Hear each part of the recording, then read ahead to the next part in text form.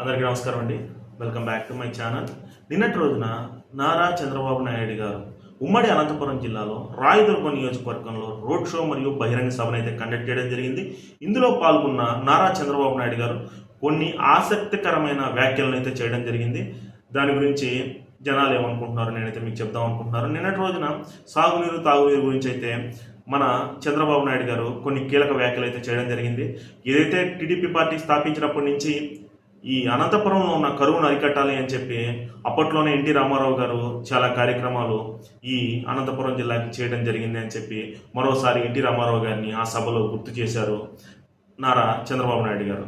అంతేకాకుండా 2014-2019 సమయంలో చంద్రబాబు నాయుడు గారు ముఖ్యమంత్రిగా ఉన్నప్పుడు ఈ అనంతపురం జిల్లాకి ఈ కరువు నిర్మూలన కోసం కొన్ని ప్రాజెక్టులు తీసుకువచ్చే క్రమంలో 12,000 కోట్ల రూపాయలు ఖర్చు పెట్టాను అని చెప్పి నారా చంద్రబాబు నాయుడు గారు చెప్పడం జరిగింది.